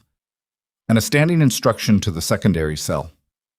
The ED around her continued its ordinary work. Monitors beeping, a curtain being pulled, a physician dictating notes in the hallway. She stood in the middle of it and felt the building's noise from a slight distance. "What's the instruction?" she said. "Consider her an active liability," Kerwin said. "Address accordingly." The words landed the way operational language always landed, clean and specific and without drama, which made them land harder. "They made it personal," Mara said. "Yes. Because I'm on the drive. Because Garrett confirmed who I am before the transmission was cut." She thought through it, fast and in sequence. "They can't let someone with my background and knowledge of this operation remain unaddressed. It's a structural vulnerability for them." "That's correct." "So they've activated a secondary cell." She kept her voice level. "In Dunmore." "That's our assessment," Kerwin said. "We don't know the cell's size or composition. We don't know their timeline." A pause. "But the message was sent at midnight. It's been 11 hours. 11 hours was a long time. Long enough for a secondary cell to receive an instruction, assess a location, begin surveillance." She thought about the drive to the hospital that morning. The parking lot, the main entrance. She thought about badging in with her own badge and riding the elevator and walking the floor and standing outside Keefe's sealed office. She'd been in the open for 3 hours. "Where are you right now?" Kerwin said. "ED floor," Mara said. "Callaway General." The silence on the other end lasted exactly 1 second. "Stay where you are," Kerwin said. "Don't go to your car. Don't exit the building. I'm sending people to you right now." Her voice was controlled, measured, the voice of someone who was not going to convey alarm because alarm was not useful. "Voss?" "Yeah." The drive also had one more file on it. Something Garrett had compiled separately, not transmitted, just stored. We almost missed it because it was embedded in the system log. A pause. "It's a personnel file. Not yours." Another pause. "It's Donegan's. His real file. Operational history, current assignment, field identity, biometric record." Kerwin's voice went very flat. "Everything the network needed to find him again. Anywhere." Mara looked at the elevator bank. Thought about the 4th floor. Thought about a man with a chest tube sight and 14 months of embedded intelligence and a Malinois outside his door that was, as of this morning, in a relaxed posture. "The secondary cell," she said. "They're not just here for me." "No," Kerwin said. "They're not." Down the ED hallway, near the ambulance bay entrance, a man she didn't recognize had been standing for the last 4 minutes reading something on his phone. He was wearing civilian clothes. He had the right shoes. She looked at him. He looked up from his phone. Their eyes met across 40 feet of hospital corridor, and in the half second before either of them moved, she understood with complete clarity that the night wasn't over and had never really been over, and that everything that had happened in the last 12 hours had been the opening, not the end. She moved first, not toward him, sideways, behind the intake desk, putting the counter between them and buying herself 2 seconds and a barrier while her hand found her phone and she typed 3 letters to Kerwin's number without looking down. The man near the ambulance bay entrance didn't run. He adjusted his position, casual and deliberate, and that adjustment confirmed everything because a civilian who'd made accidental eye contact would have looked away or looked confused. He did neither. He just recalibrated his angle and kept her in his peripheral line, and his right hand moved slightly toward his jacket. She said, loudly, to the intake nurse beside her, "Call security to the ambulance bay entrance. Tell them we have an unregistered visitor who needs escort." She said it the way she said clinical things, flat and specific, and the nurse, a young man named Petrie, who'd worked the desk for 2 years and trusted her read of situations because she was always right about situations, picked up the desk phone without asking why. The man near the entrance looked at the phone, looked at Mara, made his calculation. He walked out. She watched him go through the ambulance bay doors and disappear into the winter morning, and she stayed behind the counter and did not follow him, because following him alone into a parking lot was not a decision a rational person made, and whatever she'd become over the last 24 hours, she was still, at her core, a rational person. Her phone buzzed. "Kirwan. How many?" She typed back. "1 confirmed. Maybe more outside." "Kirwan. Do not exit. 2 minutes. It was closer to 90 seconds. Two agents she hadn't seen before came through the main lobby entrance, moving with the contained speed of people who understood urgency but couldn't afford to create a scene in a public hospital. And behind them, moving at the same pace, was Kirwan, and behind Kirwan was Colonel Briggs, which told her the situation had escalated to a level where Briggs didn't stay upstairs anymore. "Ambulance bay," Mara said when they reached her. He went out the bay doors. Civilian clothes, 6 feet, dark jacket, right-handed. "Description matches a secondary cell operative we've been tracking for 6 hours," Kirwan said. "He's not working alone." She looked at Mara with an expression that had moved past operational assessment into something more direct. "They put someone inside the building, which means they had surveillance on the entrance this morning, and they watched you badge in, and they moved a person inside to confirm your location." "They're not here for a quick action," Mara said. "They're positioning. They're waiting for you to leave." The ED around them continued its work with the magnificent indifference of a place that processed emergencies for a living and couldn't afford to stop for any one of them. A patient was being moved past them on a gurney. A family was clustered near the triage desk filling out forms. Ordinary Thursday morning in a hospital that had been 12 hours ago, the site of a federal operation, and was now, at least in the eyes of the people it served, just a hospital again. "And Donegan," Mara said. "We're moving him," Briggs said. His voice was the voice of a decision already made. "Transport is staged on the west side, which doesn't appear on their surveillance based on where we picked up their position this morning. He'll be in a secure facility within 2 hours." "Will that be enough?" Briggs looked at her steadily. "We also have something else." He glanced at Kirwan. "Tell her." "Keefe called in," Kirwan said. Mara stared at her. 40 minutes ago, prepaid phone, scrambled, but he wanted us to hear it so he didn't scramble it very hard. Kirwan's voice was level, but something behind it was not. "He says he wants to make a deal, full cooperation, the network structure, their US-based contacts, the financial chain, everything he knows, and he knows a great deal." A pause. "In exchange for protective custody, he says the people who extracted him told him he was being moved to a safe house. He's figured out what that actually means for him." "He's scared," Mara said. "He's terrified," Kirwan said. "And when people are terrified, they either go silent or they talk. Keefe is a talker." A pause. "He also said something specific. He said the secondary cell's standing instruction isn't just about you or Donegan. He said there's a third target." She looked at Mara. "The drive. They want the drive back. Or destroyed. The evidence it contains is enough to dismantle the financial infrastructure for the entire network's Western operations. If that evidence reaches a federal prosecutor, they lose everything they've built in this region over 6 years. "The drive is in federal custody," Mara said. "Yes, and they know it. And they know where federal evidence is processed in this state, and they know the transport chain, and if Keefe is right about their contingency planning..." Kirwan stopped. "They may have already moved on it."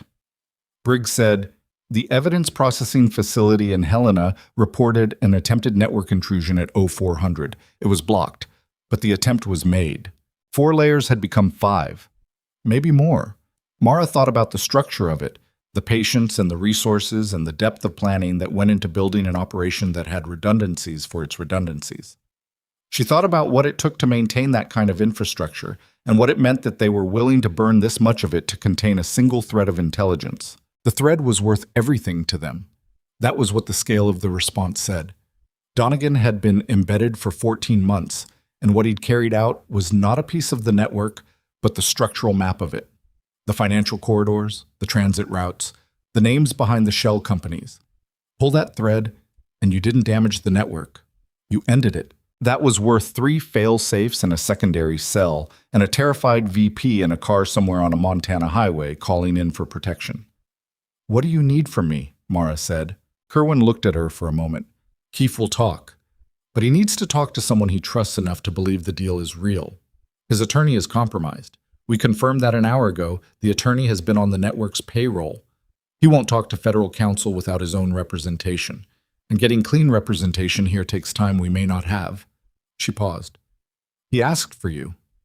Mara blinked. He doesn't know me. He knows what happened last night. His extraction team told him everything that went wrong and why. He knows you were the reason it went wrong. Kerwan's expression was complicated. He said you were the only person in that building who did exactly what you said you were going to do. He said, a brief pause. He said he'd trust the nurse before he'd trust anyone with a badge right now. She almost laughed. It came out as a short exhale instead. Where is he? She said. The location was a rest stop 22 miles east, not the one where they'd found the Tahoe, a different one, which meant Keefe had separated from his extraction team at some point in the night, which meant his fear had overcome his compliance faster than the network had anticipated. He'd called in from a gas station payphone attached to the rest stop building, which was either very old-fashioned or very deliberate, and the call had been short enough that nobody had gotten a precise location from it, but long enough to establish the direction. Kerwan put Mara in a vehicle with 2 agents and drove east on the state highway through the remnant snow of the previous night, the landscape pale and flat and enormous, the way Montana landscapes were, sky pressing down on everything with that particular winter weight. She sat in the back seat and looked out the window and didn't talk, and nobody asked her to. She thought about Roland Keefe in his gray suit telling her to stay in her lane. She thought about him in a rest stop bathroom or a gas station corner, cold and alone, and running the math on a situation he'd stepped into 4 years ago thinking it was a business arrangement, and had woken up inside a machine that was never going to let him out without leverage. She thought about how ordinary that was. Not excusable, just ordinary. The way people made the first decision and then found out what the first decision had actually been. They found him in the gas station, in a back booth, with a cup of coffee he wasn't drinking. He was still in the clothes he'd been arrested in, now rumpled and stained at the knees from the snow in the parking lot. He looked smaller than he had in his office. Most people did when you took the furniture away. He looked up when she came in. His eyes went past the agents to her, and something in his face changed in the way of a man who had been holding something tight for a long time and had run out of the muscle for it. They were going to kill me, he said. The people who got me out. I figured it out around 2 a.m. I know, she said. She sat down across from him. The agents positioned themselves at the entrance without being told. You want a deal. I want to not be dead, he said. The deal is how I get there. Then talk to me, she said. All of it, from the beginning. He talked for 40 minutes. She listened without interrupting, which was harder than it sounded because what he said was detailed and damning and occasionally enraging. 4 years of data, 4 years of patient files and staff schedules, and facility access handed to a network that had used it to find, track, and in 2 documented cases, reach individuals who were never found again. He told himself it was intelligence consulting. He told himself the patients were people the government wanted watched. He told himself a lot of things across 4 years, and he'd run out of things to tell himself somewhere on a dark highway, in a car, with people who were driving toward a location that had no return trip in it. When he finished, she sat with it for a moment. You're going to give all of this to federal investigators, she said, with your attorney present, a clean attorney, one they'll provide. You're going to sign documentation. You're going to testify if it comes to that. Yes, he said, and you understand that the deal protects your life and reduces your exposure. It doesn't eliminate it. You will face charges. You will face consequences. He nodded. He looked like a man who had already accepted that and found the acceptance easier than the preceding 4 years of avoidance. Okay, she said. She stood. Then let's go. What followed was not fast or clean, because nothing in the legal architecture of a federal case was fast or clean. It was documented and procedural and involved more people with more credentials than Mara ever saw in one room. And it took place over the following 72 hours in a federal facility in Helena, where Keefe was placed in protective custody, and where the interrogation teams worked in shifts, and where the information he provided was cross-referenced against the contents of Garrett's drive and the communication logs from Will's phone, and began, piece by piece, to build a prosecutorial structure that a senior investigator described to Kerwan, and Kerwan described to Mara, as the most comprehensive single-source intelligence package on the network's Western operations they had ever received. The secondary cell dissolved within 18 hours of Keefe's formal cooperation. 3 of its 4 members were arrested in Dunmore before noon on the day following Mara's encounter in the ED. The 4th was arrested at a regional airport 70 miles south, attempting to board a flight under a false identity. The man from the ambulance bay entrance was among the three. He did not resist arrest, which the arresting agents noted in their report as the behavior of someone who'd already done the math. Donegan was moved to a secure facility and from there, within a week, according to what Kirwan told her, to a location in a proceeding that Mara was not briefed on and didn't ask about. He was alive. The intelligence was intact. The thread was being pulled, slowly and methodically, by people whose specific job it was to pull it. That was enough. It had to be enough. She'd learned, a long time ago, that you rarely got to see the whole outcome of the thing you'd done. You got to see your piece of it, and then you let go. And the letting go was its own kind of discipline. Philip Garrett was arraigned on federal charges 8 days after his arrest. His attorney entered a not guilty plea that nobody in the courtroom appeared to believe, including, from the photographs in the federal case press release, Garrett himself. The medical board suspended his license the same afternoon, pending the outcome of the criminal proceedings, which the board's statement noted were expected to result in permanent revocation. The statement was 3 paragraphs long and very carefully worded and said nothing about the 30 years or the research papers in the lobby display case or the way he'd looked at a nurse on her second day and told her to let the physicians do the medicine. It didn't need to say those things. The charges said them. Wills pled guilty to a reduced charge in exchange for testimony against the network's contracting chain. His guilty plea was entered in open court and covered in 2 regional newspapers and a federal Justice Department bulletin. Pruitt invoked his right to silence and was held without bail pending trial. The shell company that had employed Wills was dissolved by court order, its assets frozen, its records subpoenaed. Keefe's deal held. He was charged, as Mara had told him he would be, and his cooperation was formally noted in the charging documents. He would serve time. He had understood that before he sat down in the gas station booth and started talking, and he'd sat down anyway, which was the closest thing to a correct decision he'd made in 4 years. The Callaway General Board of Directors held an emergency session 12 days after the incident. Mara was not in the room. She was informed of the session's outcome by a letter delivered to her apartment, formal, on hospital letterhead, signed by the board chair, which acknowledged that her actions during the incident had been, in the board's assessment, instrumental in preventing the loss of life and the obstruction of a federal investigation. The letter also acknowledged that her treatment by hospital administration and senior medical staff prior to and during the incident had fallen below the standard of professional conduct the board expected. It was not an apology. It was the formal cousin of one, the kind of document institutional lawyers approved instead of the plain thing. She read it twice, set it on the kitchen table, and made coffee. 3 days later, the board chair called her directly. He was a man named Aldous Frick, 71, a retired surgeon who'd chaired the board for 9 years and who sounded, on the phone, like someone who had thought carefully about what he wanted to say. "We'd like you to come back," he said, "not to your previous position." "Then to what?" "We're creating a position," he said. "Director of Emergency Preparedness and Trauma Protocol. It would involve restructuring the ED's critical response procedures, establishing interagency coordination frameworks, and, specifically, revising the triage intake protocol." A pause. "We understand there's a sepsis screening lag you've been trying to address." She looked at the coffee in her cup. 4 minutes, she said. "The lag is 4 minutes." "We'd like you to fix it," he said. She was quiet for a moment. Outside, the weather had shifted. The snow was gone and a thin, pale winter sun was doing its best with the Montana sky, which was not a sky that responded well to half measures, but was trying today. "I'll think about it," she said. She thought about it for 2 days.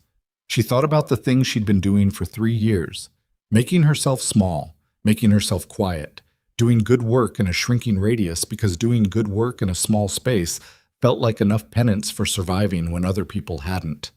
She thought about Sorrel, who hadn't survived, and about the other 2 who hadn't, and about what they would have made of a woman who could rebuild a trauma department's critical protocols, and was choosing instead to work the overnight shift and be invisible. They would have said something uncharitable about it. That was the honest answer. They were not gentle people, any of them. They were people who did the thing that needed doing and did not spend very long discussing whether they deserved to. She called Frick back on the second day. "The sepsis protocol is the first thing," she said, "before anything else gets restructured. And I want it implemented within 30 days, not queued for the next fiscal cycle." "Agreed," Frick said without hesitation. And I want to review staff training for critical incident response. The overnight shift was underprepared for what happened. That's fixable. Also agreed. And the interagency coordination framework needs to be built with actual input from federal liaisons, not just hospital administration, which means I'll need access to contacts that are currently above my clearance level. A pause. I'll make some calls, Frick said. Then yes, she said. I'll take the position. The formal ceremony was Colonel Briggs' idea, which surprised her, because Briggs did not strike her as a man who prioritized ceremony.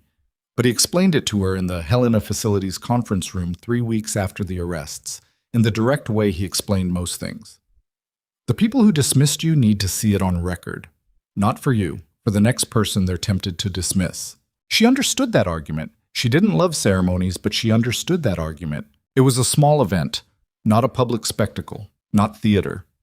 A conference room at Callaway General that had been cleared and arranged with the specific tidiness of a military occasion. Briggs was in uniform. Kerwin was in uniform, which Mara hadn't seen before, and it suited her in the way that uniforms suited people who'd earned every item on them.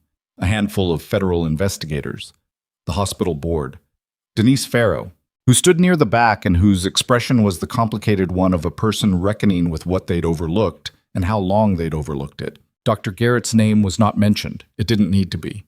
His absence said what his presence would have taken paragraphs to say. Briggs read the citation. It was formal and specific. The date, the actions, the outcomes. It used words like extraordinary situational awareness and decisive intervention under conditions of direct personal risk. And she stood and listened to them applied to herself and felt the strange doubling of hearing your own life described in language built for documents. Then he stopped reading and looked at her directly and said, off the page, "You kept a man alive who is going to bring down an organization that has been operating in this country for 6 years. That's what the record will say. What I'll say is that you did it without being asked and without authorization and without any reason except that it was the right thing and you were the right person." He paused. "We should have known who you were a lot sooner. That's on us." She shook his hand. She shook Kerwan's hand. She shook hands with people she didn't know who had worked the case through its long overnight hours and had done their piece of it without seeing the whole.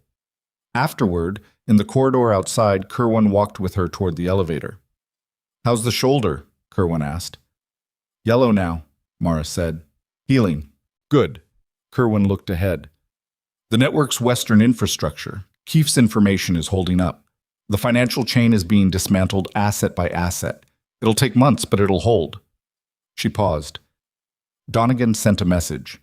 Through official channels, which means it took 4 layers of bureaucracy to get here. But she handed Mara a folded slip of paper. She opened it. It said, "Axel was right. RD." She refolded it, put it in her pocket. "He's going to be okay," Kerwin said. "I know," Mara said. "He's stubborn." "Most of us are," Kerwin said. "It's a prerequisite." She took the elevator down. Not the stairs this time. She'd earned the elevator. She rode it to the ED floor and walked the corridor that she'd walked every shift for 3 months, past the bay doors and the supply rooms, and the station with the cardiac monitor in Bay 2 that still needed its sensor, calibrated and would need it until she fixed the system that kept letting it slip through, past the triage desk and the intake forms, and the ordinary, complicated, necessary machinery of a place that existed to keep people alive on the worst days of their lives. She thought about what it meant to be seen. Not celebrated. That was a different thing, shorter-lived and thinner. Seen. The specific thing that happened when the work you'd been doing in silence was finally looked at directly by someone with the authority and the honesty to name it for what it was. She'd spent 3 years making herself invisible because invisible felt like safety after the Dara Valley. Invisible felt like penance. It felt like she could do the work without the weight of being known, and for a while it had been enough. It wasn't enough. That was the truth she'd been standing next to for a long time without turning to look at it. The smallness wasn't humility. It was a kind of hiding, and hiding was not the same thing as healing, and she'd been confusing the two for long enough. You didn't honor the people you'd lost by making yourself smaller. You honored them by doing the full size of what you were capable of, because they couldn't anymore and you still could. And wasting that capacity was its own kind of damage. She stopped at the triage desk. Petrie was on intake. He looked up. "You're back," he said. "I'm back," she said. "The monitor in Bay 2 is still doing the thing," he said. "I know," she said. "I'm fixing it today."